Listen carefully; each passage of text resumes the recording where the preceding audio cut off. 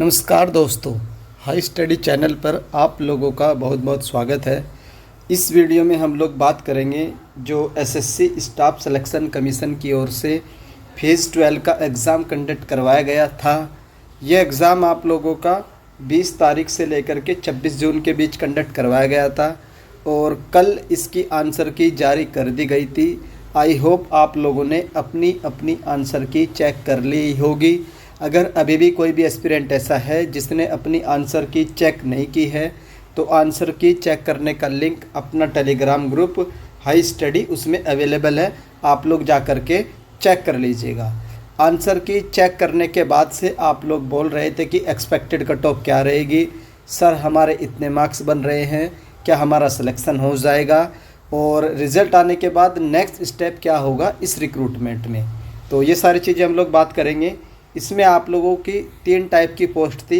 Graduation के base पर post थी, उसके बाद आप लोगों का 12th बेस पर पोस्ट थी, देन आप लोगों का मैट्रिकुलेशन यानी 10th बेस पर पोस्ट थी। तो हम लोग अलग अलग तरीके से सेपरेट कट ऑफ देखेंगे। एक्सपेक्टेड कट ऑफ क्या रहेगी उससे पहले मैं आप लोगों को बता देता हूं कि इसका जो लेवल देखने को मिला है एग्ज़ाम का, ये ईजी टू मॉडरेट रहा है। कुछ शिफ्ट आप लोगों की मॉडरेट रही है और कुछ शिफ्ट आप लोगों की ईजी रही है।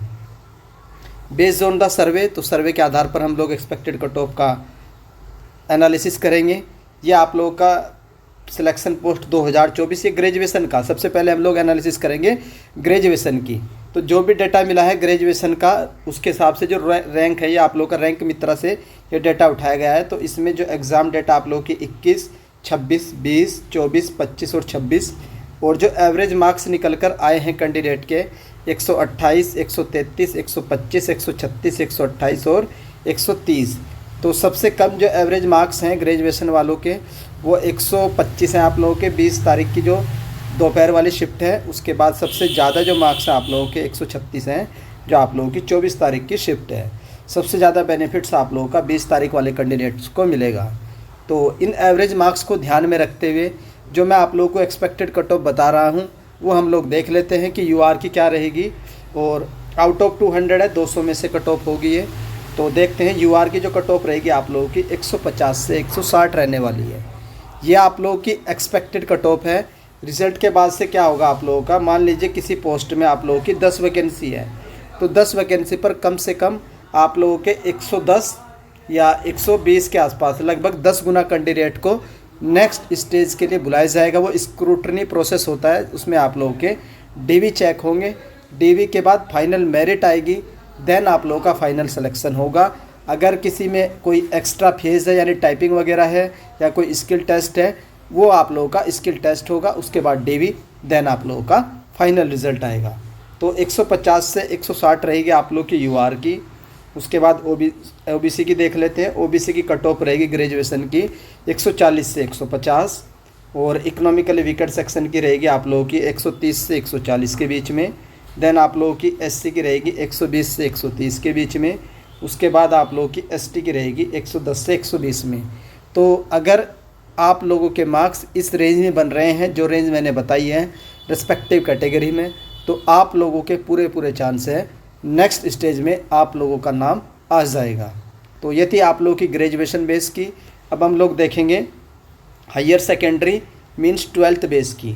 तो 12th बेस का डेटा देख लेते हैं। तो ये 12th बेस का डेटा है 21 तारीख, 24, 25, 26, 20, 25 और इसमें जो एवरेज मार्क्स निकल कर आ रहे हैं 21 तारीख में 116 हैं, 24 में 119 है, 25 में 119 है और 26 में आप लोगों के 120 है, 20 में 121 और 25 में 125 और ये नंबर ऑफ़ कैंडिडेट है जो पार्टिसिपेट किए हैं इस डेटा में। तो यहाँ से जो एवरेज मार्क्स है कम है, तो इससे साफ साफ क्लियरली पता चलता है कि आप लोगों की 12th बेस की जो कट ऑफ है वो भी कम रहेगी। कितनी रहेगी, तो यूआर की रहेगी आप लोगों की 140 से 150। उसके बाद ओबीसी की 130 से 140 रहने वाली है। देन आप लोगों की इकोनॉमिकली वीकर सेक्शन की 125 से 135 है और एससी की रहेगी 120 से 130 और एसटी की रहेगी आप लोगों की 110 से 120। तो अगर इस रेंज में आप लोगों के मार्क्स आ रहे हैं और 12th बेस का आप लोगों ने एग्ज़ाम दिया है तो आप लोगों का फाइनल सिलेक्शन हो जाएगा। ये आप लोगों की फाइनल सिलेक्शन के लिए है। उसके बाद चलते हैं मैट्रिकुलेशन यानी जो जिनका जो एलिजिबिलिटी थी 10th, तो 10th वालों की देख लेते हैं। तो ये 10th का डेटा है आप लोगों का। शिफ्ट वाइज रो मार्क्स कितने बन रहे हैं, एवरेज मार्क्स 24 जून को 110, 21 को 110, 25 को 111, 24 को आप लोगों के 112 और 26 को 117 और 21 को 118, 119, 121। तो ये नंबर ऑफ कैंडिडेट है जो पार्टिसिपेट किया। ये आप लोगों का मैट्रिकुलेशन मीन्स 10th बेस वाले कैंडिडेट का डेटा है। तो इस डेटा के हिसाब से जो आप लोग की यूआर की कट ऑफ रहेगी 130 से 140 फाइनल सिलेक्शन। आफ्टर डीवी रहेगी ये कट ऑफ आप लोग की। डीवी होने के बाद फाइनल सिलेक्शन आप लोगों के अगर इतने मार्क्स हैं तो आप लोगों का फाइनल सिलेक्शन हो जाएगा 130 से 140, जो भी आप लोगों के 10th बेस वाले कैंडिडेट हैं। ओबीसी की 120 से 130 रहने वाली है। उसके बाद इकोनॉमिकली वीकर सेक्शन की 120 से 130 होगी और एससी की रहेगी आप लोगों की 110 से 120 और देन आप लोगों की एसटी की रहेगी 100 से 110, 100 से 110 रहेगी आप लोगों की। तो ये आप लोगों का मैट्रिकुलेशन का डेटा है।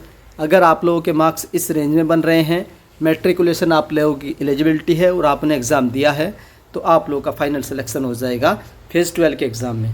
तो ये एक एक्सपेक्टेड कट ऑफ थी जो मेरे द्वारा एनालिसिस करके बनाई गई है। और अगर आप लोग PDF वगैरह नोट्स वगैरह चाहते हैं तो अपना Telegram group high study join कर लीजिएगा। इस ग्रुप का लिंक आप लोगों को इस वीडियो के डिस्क्रिप्शन में मिल जाएगा।